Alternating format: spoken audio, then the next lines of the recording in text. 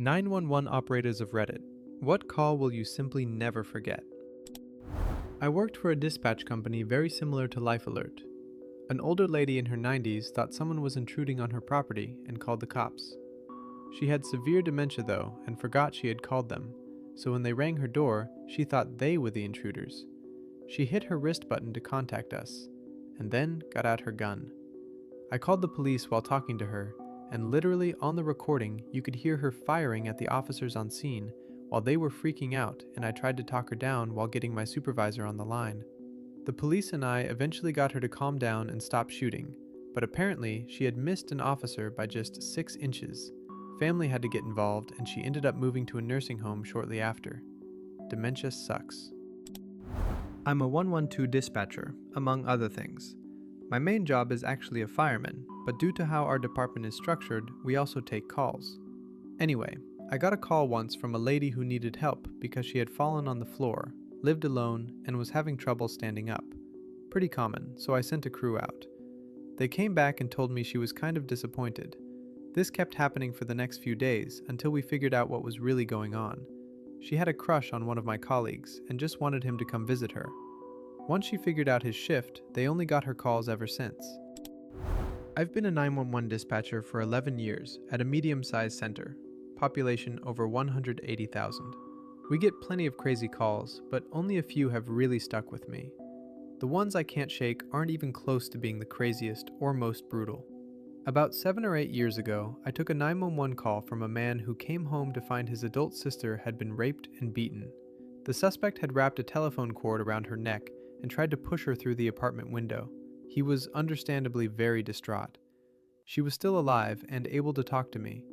She hadn't been blindfolded, and I was sure I could get a description of the person who did this. She answered all my other questions, but absolutely refused to give any information about the suspect. I later found out the reason.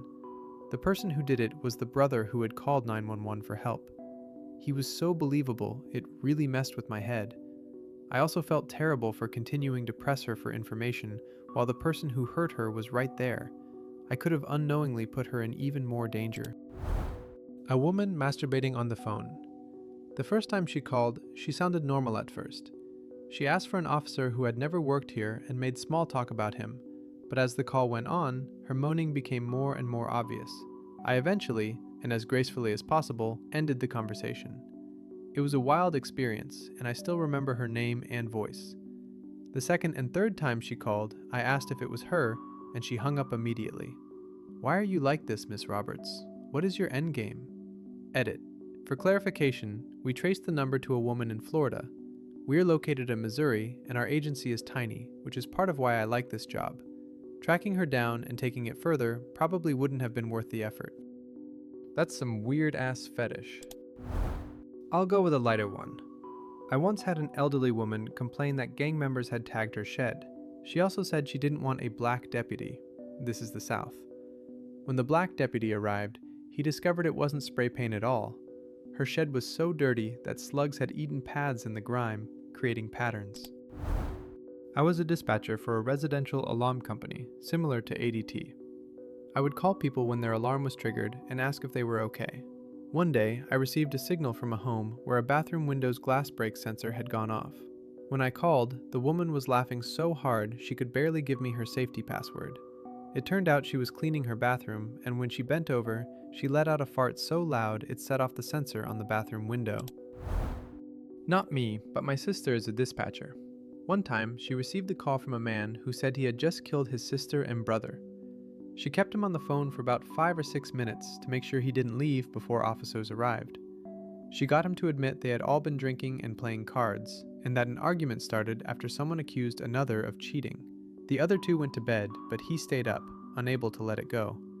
Later, he went into their rooms while they were asleep and killed them, then called 911. I heard part of the recording, and she sounded completely calm. She later told me she was screaming on the inside the entire time. This actually happened a few days ago. I'm an ER tech, but one of our unit's secretaries, who helps transfer calls and basically keeps the place running, is also an EMT in the next county over. I was waiting for a patient to return to their room and talking with her when she looked down at her phone. She told me she has a dispatch app for ambulances and fire trucks, and that every fire station in the county had just received a call about a possible decomposing body. A neighbor had reported a horrible smell coming from a nearby property. Hazmat was called, and everyone was preparing to find a deceased person. When they broke into the house, they discovered it wasn't a human body at all, but 38 dogs. 11 of them were dead and in varying stages of decomposition. The situation is still mostly under wraps, but 16 more dogs were found in a shed the next day. The 2 people who owned the house were arrested and charged with 51 counts of animal cruelty. All of the surviving animals were taken to the Humane Society, and people across the county have been donating food and blankets. The whole situation is incredibly disturbing, but it definitely gave me a new level of respect for EMTs and paramedics. They never know what they're about to walk into. A woman complaining of spiders in her vagina. In college, I worked as an EMT in a major city.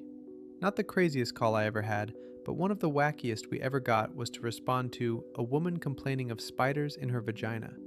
I'll never forget pulling up to a major intersection where, sure enough, there was an older lady lying on the sidewalk with her pants off and legs spread in the air. Turns out she was a transient woman in her 70s having some wild hallucinations. We still had to check for spiders. Well, my buddy is a fireman, and dispatch had just alerted them to a man having chest pains. They get to the guy's house, and as soon as they open the door, the guy's dog runs outside. The man yells, "You let my dog out! Go get my dog, please!" So my buddy immediately starts chasing the dog.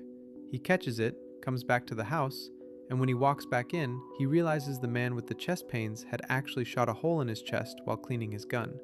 An old guy shoots himself in the chest, tells 911 it's chest pains, and when help arrives, he makes them chase his dog before dealing with his own life-threatening wound. For me, the worst ones are always the calls you can relate to on a personal level. I took a call last month from a father who found his son with a bag over his head and a note next to his body. I've handled plenty of suicide calls, but this one hit especially hard because the son was my age. The way the father pleaded with him was almost exactly how I imagine my own dad would sound if I ever did something like that. I've had the same, "Come on, buddy, don't do this to me," running through my head at least 2 or 3 times a day since.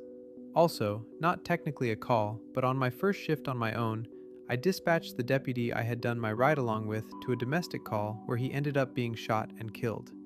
Hearing his blood-gurgled, "shots fired" scream over the radio is something I'll never forget.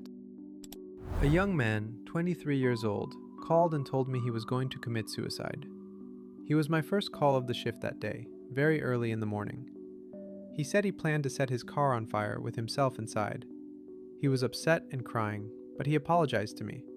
He said he was sorry I had picked up the phone and sorry for how this was going to affect me. He hung up on me, and when I spoke to him again, I could hear liquid splashing in the background. He hung up again, and I never got him back. He did end up setting the car on fire, and it was fully engulfed by the time anyone arrived. I'll never forget his name or his voice, and I can only hope I showed him kindness and compassion in his last moments. Not 911, but telenursing. People called me all the time when it really should have been 911. Grandma called about her 16-year-old granddaughter, who was 40 weeks pregnant. "Hey, my grandbaby is pregnant, and she just went to pee and said the cord is hanging out. Is that normal?" No, not even a little bit.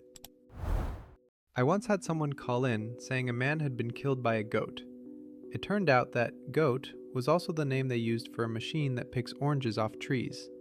Miscommunication can be horrifying. I have a few.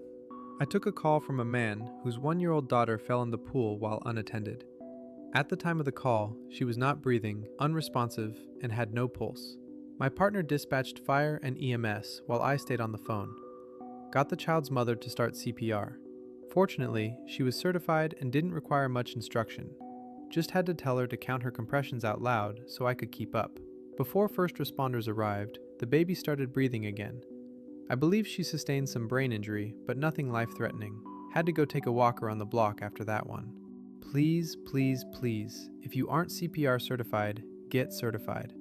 It very well may have been the difference between that child living and dying. On a lighter note, I also had a guy call in claiming he was having a heart attack. None of the info I got from this guy indicated he was even remotely at risk for one. Mid-20s male, average weight, no history of heart problems, or any other medical history for that matter. Turns out he had smoked some particularly strong pot about 30 minutes prior to calling. Absolutely nothing wrong with him other than he was stone stupid. We got a pretty good laugh out of that one. I also took a call from a kid who was about 10 years old who thought it would be funny to prank call 911. He started off by saying there was a fire. I could hear him giggling in the background. Followed that up with meowing at me over the phone. Managed to get a good location off the call and got his address. Read the address to him and asked if that's where he lives. Click. Alright, got you now, you little shit. Had a deputy go out to the house, as is our policy, and he explained the situation to the parents. Deputy told me later the kid got the ass chewing of a lifetime. Super gratifying. If you enjoyed these stories and want to hear more 911 dispatch experiences, leave a comment below. See you in the next video.